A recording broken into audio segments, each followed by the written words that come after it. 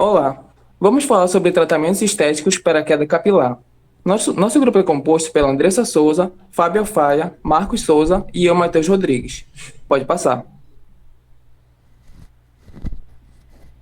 Primeiramente, o que é a queda de cabelo? Pode ser definida como desordens que gera falta de cabelos ou pelos em locais próprios do corpo humano.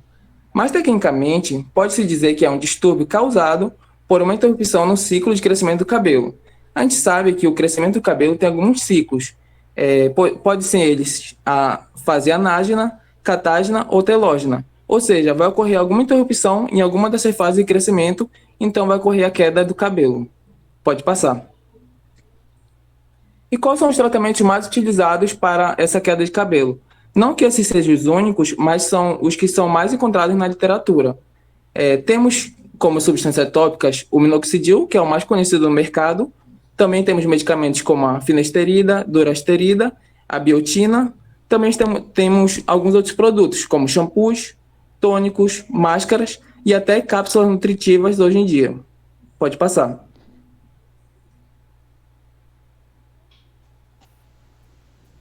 Quanto à estrutura capilar, nós temos três camadas de células: a cutícula, o córtex e a medula. A cutícula ela é formada por escamas com bordas voltadas para cima e irá proteger o córtex, sendo que ela dificulta a entrada de água, repelindo a água, e evita a entrada de substâncias. Ela representa 8% da massa total da fibra capilar e é a parte mais externa. Ela pode ser dividida em epicutícula, exocutícula e endocutícula. Já o córtex, ele é formado por microfibrilas de queratina e irá garantir a resistência ao cabelo. Ele representa 90% do peso do cabelo e essas fibras elas são unidas por elementos intercelulares. Podemos citar as pontes de sulfeto que fazem essa união.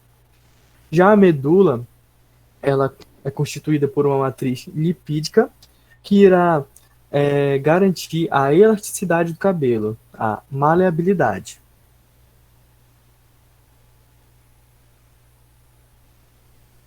Quanto à formação capilar, nós temos o folículo piloso, ou pilos sebáceos, e faz parte do cabelo humano.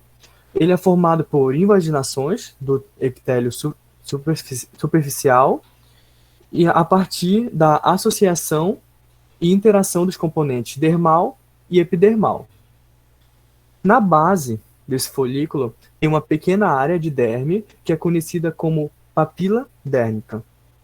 Já na extremidade inferior é possível visualizar a presença do bulbo, que é uma parte mais espessa e profunda, e nesse bulbo tem a presença da matriz germinativa, que irá cobrir uma papila de tecido conjuntivo, que é chamada de papila dérmica.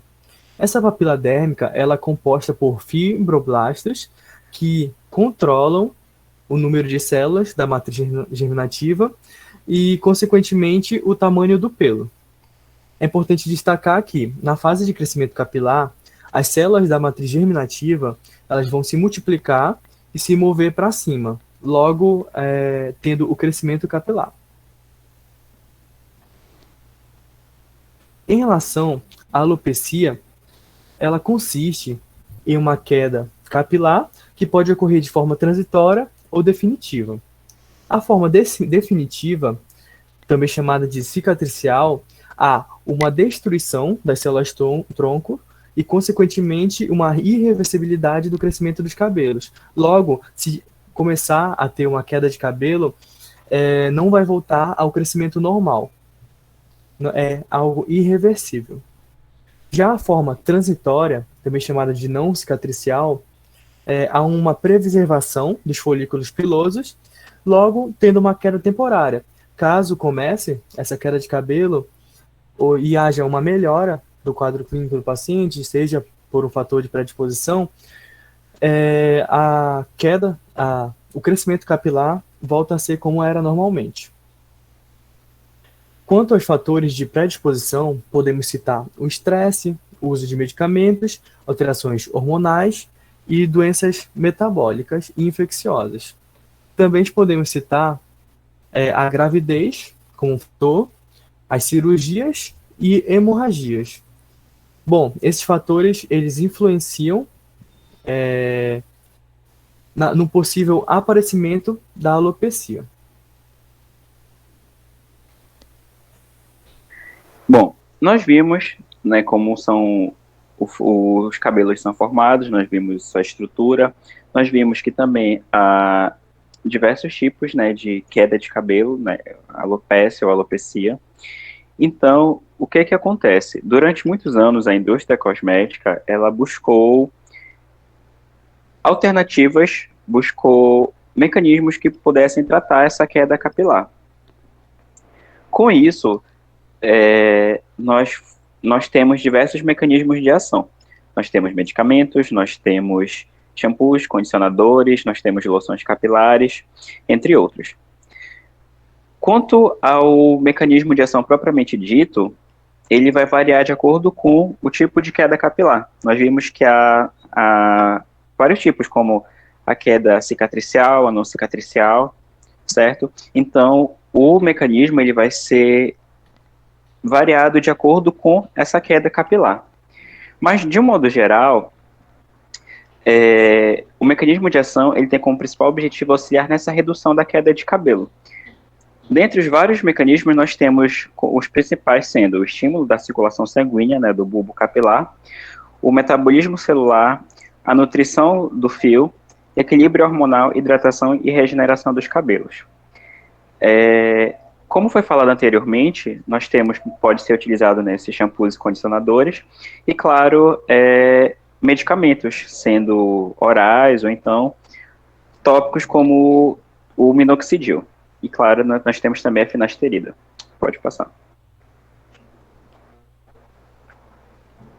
Bom, aqui nessa tabela a gente apresenta alguns ativos que a gente encontrou na literatura que são impregnados nas formulações para esta finalidade, né? A queda de cabelo.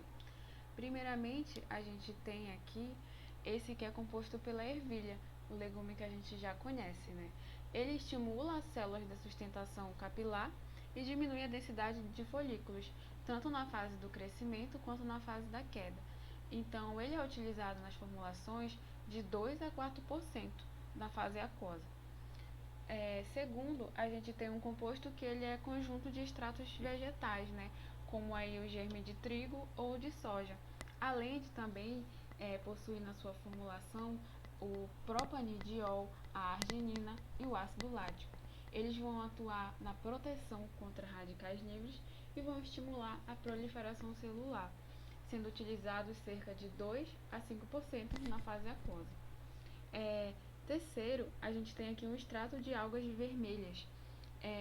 Ele proporciona um estímulo ao crescimento e à produção de queratinócitos, sendo utilizado cerca de 1 a 4% na formulação, e também é solúvel em água. Pode passar. Aqui a gente observa que há um composto formado pelo ácido oleanólico, a epigenina e um biopeptídeo. Eles vão atuar retardando a atrofia folicular, melhorando a microcirculação e estimulando o metabolismo celular. São utilizados cerca de 3% nas formulações e também é solúvel em água como os demais. Por fim, a gente tem o Redecil.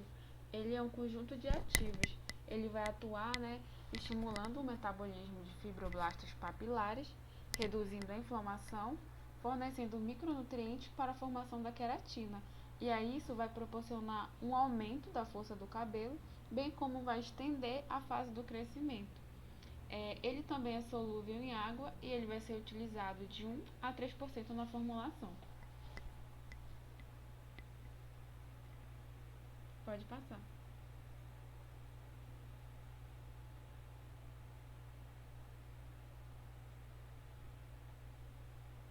Essas foram as nossas referências e a gente agradece pela atenção.